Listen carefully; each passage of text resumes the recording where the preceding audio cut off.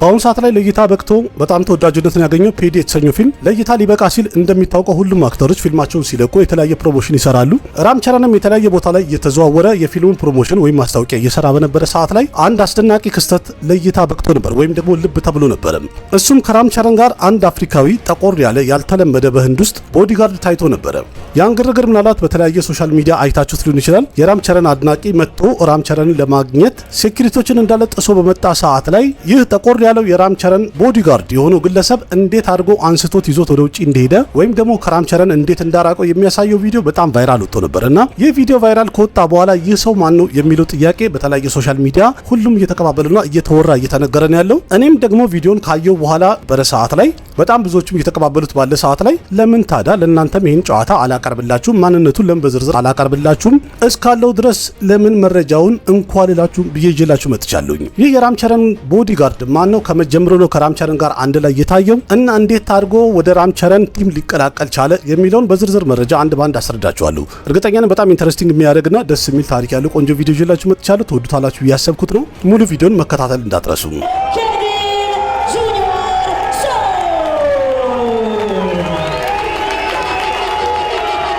በአሁኑ ሰዓት ላይ የህንድ ማህበረሰብ በሁሉም ሶሻል ሚዲያ እየጠየቀና መነጋገሪያ የሆነው ይህ ከራም ቸረን ጋር የታየው ጠቆር ያለው ግለሰብ ማን ነው የሚለውን ስናይ እንግዲህ ሙሉ ስሙ አብዱልቃድር ሶው ይባላል። ከበኋላ ግን ወደ ስፖርቱ ዓለም ከገባ በኋላ በዓለም አቀፍ ደረጃ በጣም የሚታወቀው ወይም አሁንም መጠሪያ አድርጎ ሁሉም እየጠራ ያለው ኬቨን ኩንታ በሚባል ስም ነው። ይህም ደግሞ በጣም በስፋት የሚታወቅበትና መለያው ነው። ግን ባክግራውንድ ወይም ልጅነቱ ላይ ስናይ በቤተሰቡ የወጣለት ስም የነበረው አብዱልቃድር ሶው የሚል ነው። ኬቨን የተወለደው በፈረንጆቹ በ1998 በምዕራብ አፍሪካ የምትገኘው ጋምቢያ የምትባለው ሀገር በባራ በምትባለው ከተማ ሊወለድ ችሏል። ኬቪን ወይንም ደግሞ አብዲ በትውልድ ሀገሩ በጋምቢያም ካደገ በኋላ ማለት ነው የተለያዩ የትግል ስፖርቶችን ያደርግ ነበር። የተለያዩ ኮምባት የሚባሉ ፋይቶችን እዛም ደግሞ በጣም ኃይለኛና ጎበዝ ስለነበረ ማማ ላሚኒ ኦፍ ባራ የሚል ሽልማት ወይም ደግሞ የክብር ስም ተሰጥቶት ነበር።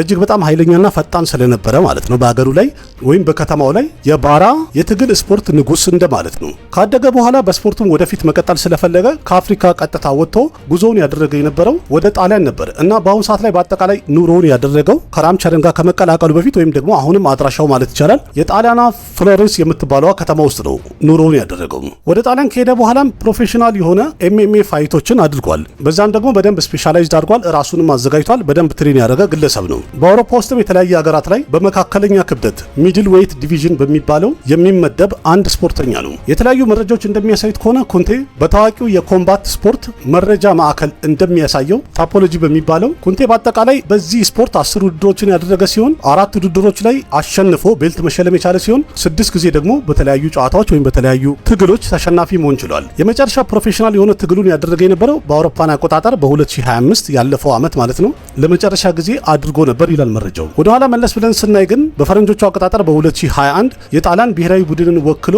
ኤምኤምኤ ፋይት ለማድረግ እድል አግኝቶ ነበር። ጣሊያን ውስጥም የተለያዩ ቦታ ላይ ከተለያዩ ሰዎች ጋር ባደረገው በዚህ ስፖርታዊ ጨዋታ ወይንም ስፖርታዊ ትግል ኮሎዚየም ቻምፒየን ቤልት ኤምኤምኤ ኢታሊ የተባለውን ውድድር በብቃት በማሸነፍ ቻምፒዮን መሆን ችሎ ነበር።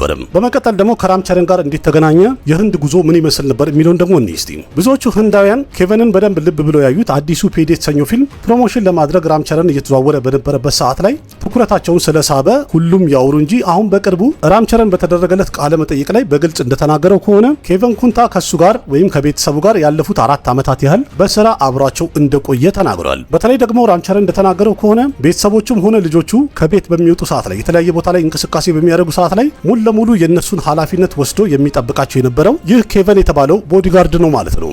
ይህ ንግግሩና እንዲሁም የነበረው ቆይታ ሲታይ ደግሞ በራም ቸረንና በኬቨን መካከል ከፍተኛ የመተማመንና እንዲሁም ደግሞ ጠንከር ያለ ጓደኝነት መመስረታቸውን በደንብ ያሳያል። በአሁኑ ሰዓት ላይ ኬቨንን ከስራው የበለጠ ቦዲጋርድ ሆኖ እያገለገለ ይህን ያህል ዓመት ከቆየ በኋላ አሁን ላይ ለምን ቫይራል ወጣ፣ ለምን ሰው እንደዚህ ሊጠይቅ ቻለ፣ ለምን ትኩረት ሳበ የሚለው ደግሞ ስናይ ቪጅዋዳ የተባለው በሳውዝ የሚገኘው ስቴዲየም ውስጥ ወይም ደግሞ አደባባይ ላይ በተፈጠረ አንድ ግርግር ነው። ያ ግርግርም እንኳን ብዙዎቻችሁ አይታችሁታል። ግን ምንነቱን በግልጽ ስነግራችሁ የፊልሙ ፕሮሞሽን ፕሮግራም እየተካሄደ በነበረበት ሰዓት ላይ የራምቸረን በጣም ቀንደኛ አድናቂው እንዲያውም በመልክ ሲታይ ያው እዚህ ጋር ቪዲዮ ላይ እንደምታዩት ራሱን ይመስላል አይደለ? የሚደረገውን ጥበቃና ደህንነት እንዳለ አለፈና መድረኩ ላይ እየሮጠ ገባ።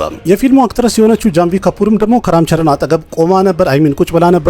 ይህ ሰው እየሮጠ መጥቶ እንዲያውም ከሷ ጋርም ሲጋጭና እሷ ስትደነግጥ ይታያል። ኬቨንም በጣም በብርሃን ፍጥነት እየሮጠ መጥቶ ያ ሰው ሊወድቅ ሲል ይቆጣጠረው ይይዘውና አንጠልጥሎ ይዞት ሲወጣ ይታያል። በዛ ሰዓት ላይ ስቴዲየሙ ላይ የነበረው ማህበረሰብም ሆነ እንዲሁም ደግሞ የሚዲያ ሰዎች ካሜራዎች ኬቨንን በጣም ሊቀርጹት ቻሉ፣ ወይም ደግሞ ትኩረት ውስጥ እንዲገባ ሊያደርጉት ቻሉ። በእርግጥ ከበኋላ ራምቸረን ይህንን አድናቂውን በድጋሚ ጠርቶት ምስጋናውንም ገልጾለታል። እንዲሁም አብሮት ፎቶ ተነስቷል። እግሩንም ሁሉ ሲስም ይታያልና በጣም እብድ የሆነ አድናቂው እንደሆነ በዛ ማረጋገጥ ችሏል። ነገሩ ከበረደና ከተረጋጋ በኋላ ማለት ነው። ግን ይህ ክስተትና የኬቨን ፍጥነቱ በታየ ሰዓት ላይ ብቃቱና ታማኝነቱ እጅግ በጣም አስገራሚ ነው ብለው በተለያየ ሶሻል ሚዲያ ሁሉም የሚቀባበሉት ትልቅ ዜና መሆን ችሎ ነበረ።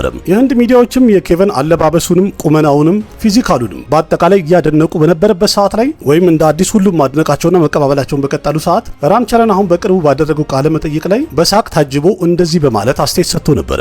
እኔ በጣም ያስገረመኝ እኮ እነዚህ ሚዲያዎችና እንዲሁም ማህበረሰቡ በአጠቃላይ እጅግ በጣም ከፍተኛና አስገራሚ የሆነ እውቅና ሰጣችሁታል እና በአሁኑ ሰዓት ላይ እንዲያውም እኔ እየፈራ ያለሁትኝ ብቻውን ወደ ውጭ ቢወጣ ምን ሊፈጠራል የሚለውን ነገር እየፈራሁኝ ከነጨራሹ ለብቻው እንዳይወጣ መከልከልና ማገድ ጀምሬያለሁ።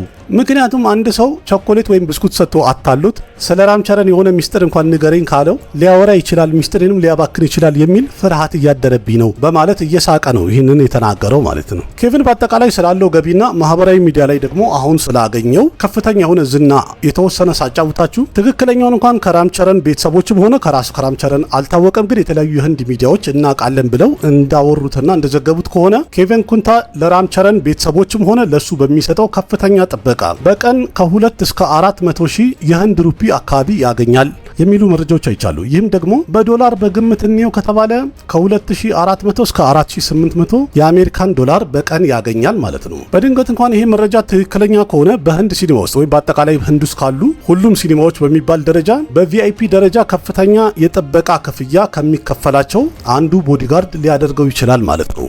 ያው የማህበራዊ ሚዲያ ነገር ደግሞ እንደሚታወቀው ትንሽ ክስተት አይደል የሚፈልገው። የሆነ ግርግር ከተፈጠረ በአንድ ጊዜ ሁሉም ነገር ጣራ እየነካ ወይም እያደገ ይሄዳልና ኬቨን ይህ ክስተት ከመፈጠሩ በፊት በተለያዩ ሶሻል ሚዲያዎች ላይ የነበሩት የተከታዮቹ መጠን በጣም አነስተኛ ቢሆኑም ግን በአንድ ጀንበር ባገኘው ከፍተኛ ዝናና ስም ምክንያት ኢንስታግራም አካውንቱ በአሁኑ ሰዓት ላይ ከ800 ሺህ በላይ ተከታዮችን ማግኘት ችሏል። ምናልባት ይህን ቪዲዮ እየሰራሁኝ እያለ እንዲሁም ደግሞ እናንተ ጋር እስከሚደርስ ድረስ ይህ ቁጥር ተቀይሮ ሊሆን ይችላል። 800 ሺህ አይደለም ከዛ ይበልጣል ምናምን የሚለውን ጨዋታ እንዳትሉኝ። ምክንያቱም ይህንን ዘገባ እስካቀረብኩበት ሰዓት ድረስ ግን እሺ እንዳለፈ አንዳንድ መረጃዎች አሳይተውኛል። እኔም ገብቼ ሳይ ወደ 800 ሺህ አካባቢ ደርሷል። እሱም ደግሞ ይህ ክስተትና ወይም ይህን ተከታይ ማግኘቱ በአንድ ጊዜ በጣም ስላስደነቀው እዛው ኢንስታግራም ላይ ፖስት እንዳደረገው ከሆነ የህንድ ማህበረሰቦች ወይም እንዳለ ህዝቡ ላሳያችሁኝ ፍቅር በጣም ትልቅና ከፍተኛ የሆነ ምስጋናዬን ማቅረብ እፈልጋለሁ ብሎ ፖስት አድርጎ ነበረ። ይህ በራሱ እንግዲህ በጣም አስገራሚ ያደርገዋል። ምክንያቱም ለ4 ዓመታት ያህል የራምቸረን ቤተሰብንና ራሱን ራምቸረንን ሲጠብቅ የነበረ አገልጋይ ጋርዱ ጠባቂው በአንድ ክስተት ብቻ በአሁኑ ሰዓት ላይ እያንዳንዱ ስራዎቹ የተለያዩ ቪዲዮቹ ቫይራል እየሆነ እንዲሁም ኬቨን ራሱ መነጋገሪያ መሆኑ እጅግ በጣም አስገራሚ ያደርጎታል። በቀላሉ ኤምኤምኤ ፋይት በሚያደርግ ሰዓት ላይ ያላገኘውን ዝና ጋርድም ሆኖ ያላገኘውን ዝና ግን እቺ አንድ ክስተት ብቻ በአሁኑ ሰዓት ላይ የራምቸረን ቦዲጋርድ ብቻ ሳይሆን እንዲያውም ራሱን የቻለ ለየት ያለ ማንነት ማግኘት የቻለ ሰው መሆን ቻለ ማለት ነው፣ ወይም ሆኗል ባጭሩ። በእርግጥ መልኩም ሲታይ በጣም የሚያምር ነገር አለው። ፊዚካሉም ደግሞ እየሰጠ ነው። የበለጠ ማንነቱን ለማወቅ ደግሞ ሰርች በሚያደርጉ ሰዓት ላይ በዚህ ኤምኤምኤ በሚባለው ፋይት ጭራሽ ቤል ተሸላሚ የነበረ ሻምፒዮን የነበረ በሀገሩም ቢሆን ደግሞ ይህን ያህል ክብር የነበረው የተደነቀ ዝነኛ ሰው መሆኑን በሚያውቁ ሰዓት ላይ አድናቂዎቹ ቁጥራቸው እየጨመረ ያደገ ይሄዳል ማለት ነው። እናንተስ ምን ትላላችሁ? ይህ ገጠመኝ እንግዲህ በአንድ ጊዜ ጋርድ የነበረውን ሰው ራሱ ሴሌብሪቲ የሚሆንበት ያህል ከፍተኛ ዝና እያገኘ ያለበት ሁኔታ ተፈጥሯል። በእርግጥ መልኩም ሆነ ቁመናው እንዲሁም ፊዚካሉ ሲታይ አንድ አክተር ለመሆን ብቁ ነው የሚያስብለው ያህል ደረጃ ያለ ሰው ነው። በዛውም አንድ ነገር መርሳት የሌለባችሁ ተመልካቹ ይህን ያህል ካደነቆና መነጋገሪያ ከሆነ በቀጣይ ምናልባት እንግዲህ የሆነ ፊልም ላይ ልናየው እንችላለን የሚል የራሴ ግምት አለኝ። ቀደም ብሎ እንኳን እንደዚህ አይነት የተፈጠረ ነገር ኬጂኤፍ የተሰኘው ፊልም ላይ ገሮራ የሚለውን ካራክተር እናስታውሰዋለን አይደል? የፊልሙ ዳይሬክተር ሆኖ ፐርቻንት ኒል ስለ ፊልሙ ሊያናግረው ወደ ሮኪንግ ስታር ያሽ ቤቱ በመጣ ሰዓት ላይ ለዛ ካራክተር የነበረውን ሰው አልመረጠም ወይም ደግሞ ባዶ ነበር፣ ክፍት ነበረ። ግን በድንገት የግል ቦዲጋርዱን ያየዋል።